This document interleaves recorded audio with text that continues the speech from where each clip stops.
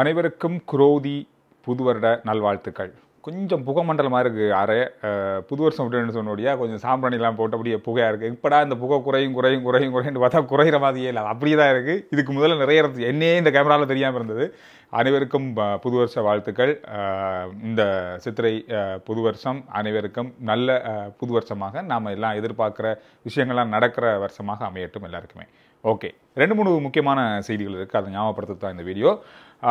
இலங்கையை பொறுத்தவரையில் இலங்கையுடைய நாணயம் கடந்த காலங்களில் எந்த அளவுக்கு பெறுமதியற்ற நாணயமாக இருந்தது. சில நாடுகள் அங்கே போய் நம்ம காசை மாற்றவே மேலாது. முதல் இருந்த மாற்றின நாடுகள் கூட மாற்றவே முடியாது, அதை சேஞ்ச் பண்ணவே இயலாது, அதை எக்ஸ்சேஞ்ச் பண்ணவே இயலாது. அப்படின்ற அளவுக்கு எங்களுடைய நாணயத்தினுடைய பெறுமதி மிக பாரதூரமான அளவில் குறைஞ்சிருந்தது. ஆனால் இன்றைக்கு ஒரு செய்தி வந்திருக்கு.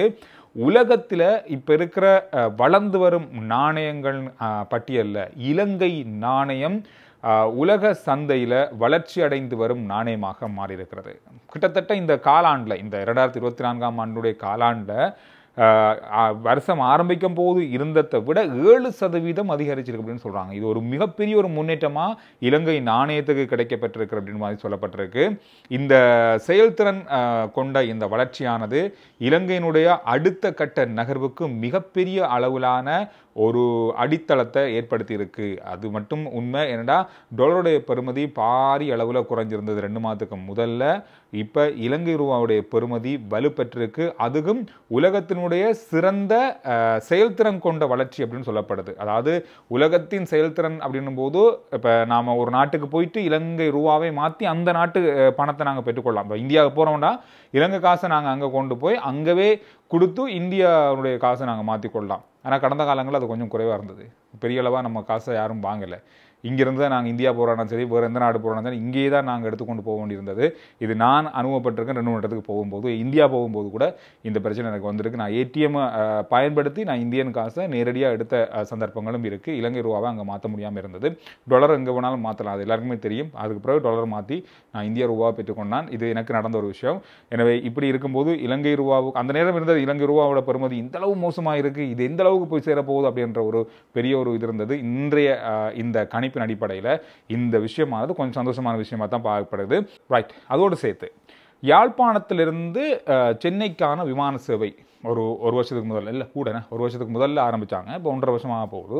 1.5 வருஷத்துக்கு முதல்ல ஆரம்பித்தாங்க. ஒரே ஒரு விமான சேவை மட்டும் அங்கேருந்து சென்னையிலேருந்து வந்து பலாலி விமான நிலையத்திலிருந்து மீண்டும் சென்னைக்கு போய் அந்த சேவை தான் இப்போது இருக்குது. ஜூன் மாதம் 1ஆம் தேதி முதல் இண்டிகோ நிறுவனம் இந்தியாவுடைய மிகப்பெரிய அளவிலாக விமானங்களை எப்போவுமே சரியான நேரத்துக்கு போகும். யாரை கேட்டாலும், நீங்கள் இண்டிகோவில் போகிறீங்கன்னு சொன்னால் யாரை கேட்டாலும் சரியான நேரத்துக்கு போகும் அப்படின்னு சொல்லக்கூடிய ஒரே விமான சேவை இப்போ இருக்கிற நமக்கு தெரிஞ்ச விமான சேவைகள் உண்டு இண்டிகோ விமான சேவை ஜூன் மாதம் முதல் 1ஆம் தேதி முதல் சென்னைக்கும் பலாலி விமான நிலையத்துக்கும் இடையிலான சேவை ஒன்றை ஒவ்வொரு நாளும் ஆரம்பிக்கிறாங்க. இதுவும் ஒரு சிறப்பான விஷயமா இன்று நாளில் பார்க்க கிடைச்சது. முக்கியமாக சொல்லப்போனால் யாழ்ப்பாணத்திலிருந்து போகிற பயணிகளோட எண்ணிக்கை, அங்கிருந்து வாரவங்களோட எண்ணிக்கை அதிகரிச்சிருக்கிறது. அதோடு இந்தியாவிலிருந்து வார சுற்றுலா பயணிகள் யாழ்ப்பாணத்துக்கே நேரடியாக வந்து போகிறவங்க கூட இந்த விமான சேவை மூலமாக இன்னும் அதிகரிப்பாங்க அப்படின்ற மாதிரி எதிர்பார்க்கப்படுது. இந்த விஷயமும் முக்கியமான விஷயமா இருக்கும். அதே நேரத்தில் கட்நாயக்க விமான சேவை விமான நிலையத்திலிருந்து இண்டிகோ நிறுவனம் மும்பைக்கான நேரடி விமான சேவை ஒன்றையும் கடந்த நாட்களில் ஆரம்பிச்சிருந்தாங்க. புத்தாண்டு காலம் இது. இன்றைக்கு நாளைக்கு எல்லாமே பரபரப்பு. திங்கட்கிழமை கூட ஒரு பரபரப்பான அந்த லீவு நாள் அப்படின்னுடைய அந்த புத்தாண்டு அப்படியே 3 நாள் தொடரும்.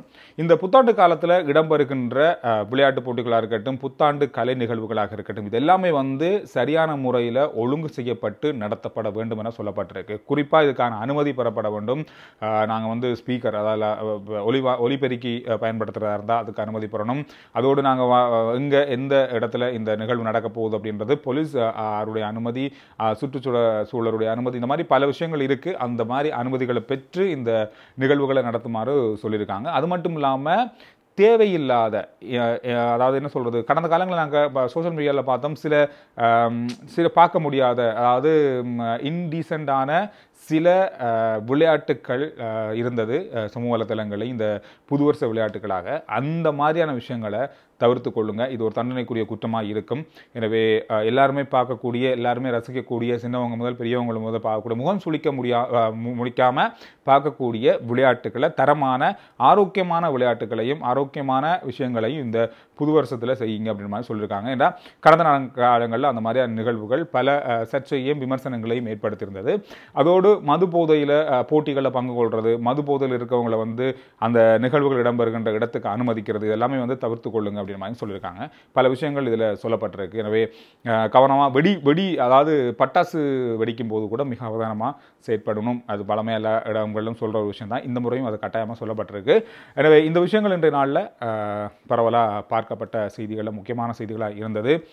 குரோதி வருடம் அனைவருக்கும். இந்த குரோதி வருடம் என்பது எனக்கு கொஞ்சம் வித்தியாசமான ஒரு பேராகவே இருக்குது. உங்களுக்கும் அப்படி தான் தோணுதான்னு எனக்கு தெரியாது. இந்த வருஷம் எல்லாருக்கும் நல்ல வருஷமாக அமையட்டும் அப்படின்றத மீண்டும் ஒரு முறை சொல்லிட்டு இந்த வீடியோ முடிக்கலாம். RG Chandru report YouTube channel, Facebook page ரெண்டையும் ஃபாலோ பண்ணுங்கள். நன்றி.